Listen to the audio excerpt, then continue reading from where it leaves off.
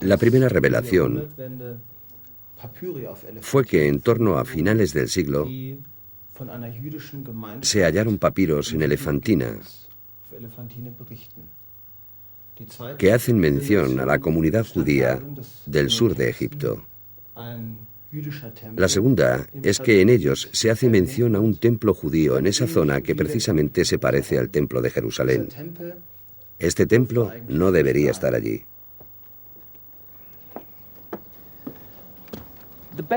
La mejor apuesta para la ubicación del templo judío es que esté exactamente allí, bajo esa grava de miles de años. Lo que estamos viendo son los restos del templo de Junum, depositados encima del templo judío. Aquí, muy cerca, vemos las habitaciones de la colonia militar judía, que se extendía hasta el borde de la ladera de la colina. Este templo es un enigma teológico. En aquel periodo, que fue una época de línea religiosa extremadamente dura, no había ningún otro templo judío en el mundo aparte del de Jerusalén. El concepto total de judaísmo se concentraba en el templo y en el arca.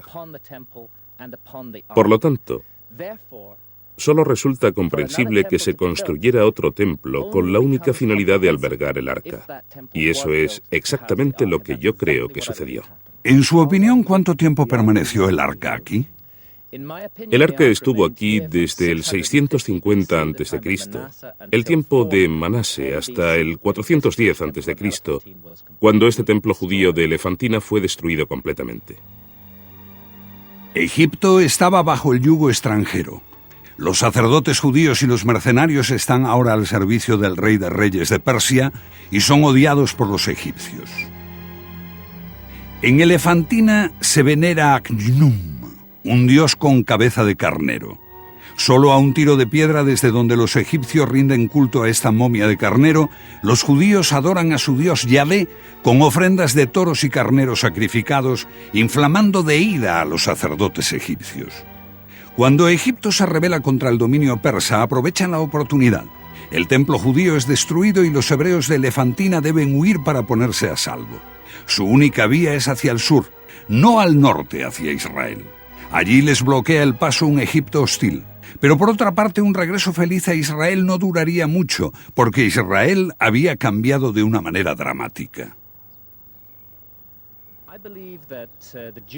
Creo que la fe judía, basada en Jerusalén, había evolucionado durante los siglos en que el arca estuvo ausente de la ciudad santa.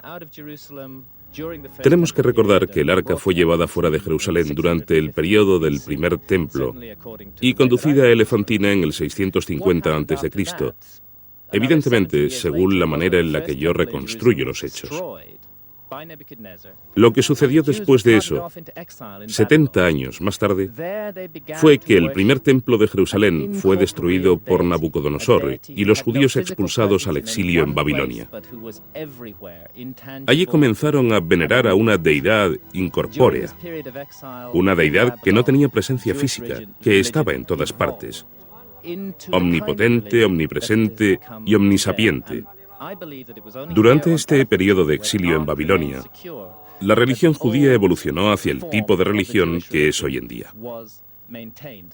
Y creo que solo en Elefantina, donde el arca permaneció, se mantuvo la antigua forma de religión judía. Por eso, si el arca hubiera regresado a Jerusalén en esa época, en el 410 a.C., podrían haberse creado conflictos entre el clero de Jerusalén y el clero establecido aquí.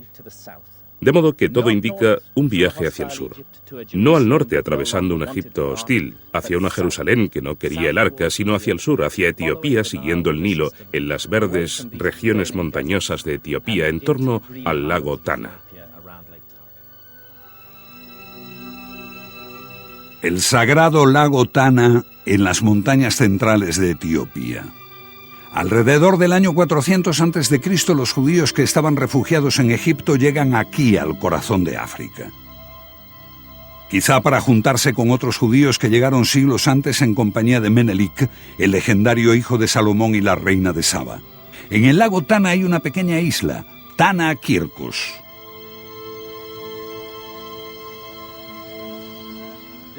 Este es un país cristiano y una isla cristiana, pero mantiene un recuerdo muy vivo de los tiempos en que había judíos y de sus sacrificios de sangre.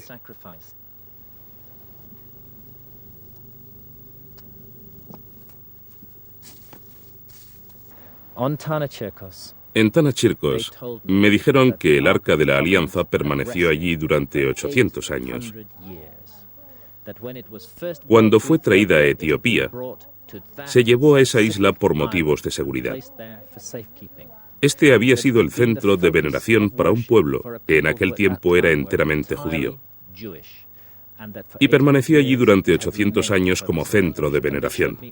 Ellos me mostraron un altar que había permanecido delante del arca donde se había vertido la sangre de los sacrificios. Entonces pude unir todos los cabos sueltos de esta historia.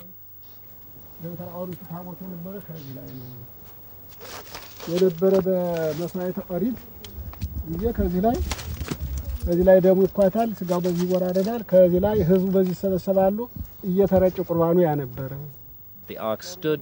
El arca permaneció ante esas piedras sacrificiales. La forma en que se producía el derramamiento de la sangre que relatan los etíopes coincide exactamente con las tradiciones del Antiguo Testamento. Así está descrito en la Mishna, y es bastante inconcebible que este monje cristiano en esta isla haya leído alguna vez la Mishna, de modo que él nos está transmitiendo una tradición muy pura sobre los sacrificios de sangre de los judíos ante el Arca de la Alianza, en presencia del arca en esta misma isla.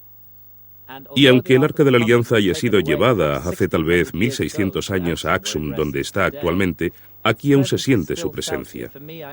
En lo que a mí respecta, tengo una sensación muy extraña, como si el Arca de la Alianza hubiera estampado su poder y energía en esta isla y en estas rocas. Con el surgir de la cristiandad, los judíos de Etiopía disminuyeron en poder y número. A principios de los 90 del primer siglo después de Cristo, tras la hambruna etíope, los judíos que aún permanecían allí fueron trasladados a Israel, donde pronto se adaptaron y perdieron sus tradiciones. Pero algunos de los más ancianos recuerdan aún cómo vinieron a Etiopía hace 2000 años. ¿Qué es Rafael Hadane? Puede aún describir la ruta llena de peligros y penurias según la antigua tradición oral falasha. Los judíos que huían de Elefantina atravesaron las montañas de Etiopía.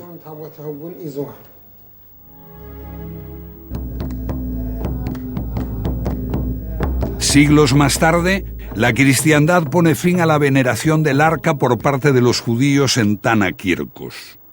Los nuevos reyes cristianos de Etiopía se enfrentan con los judíos y les obligan a marcharse. Etiopía pertenece a la cristiandad. Y en ninguna parte la victoria del cristianismo está tan clara como aquí. Un pueblo de iglesias sagradas, diferentes unas de otras, se construyó en Etiopía. Por dentro, a veces recuerdan a una iglesia de la Europa medieval. Por fuera no son comparables. Su antiguo nombre fue Roa, hasta que un príncipe exiliado reclamó el trono de Etiopía al regresar y la llamó Lalibela.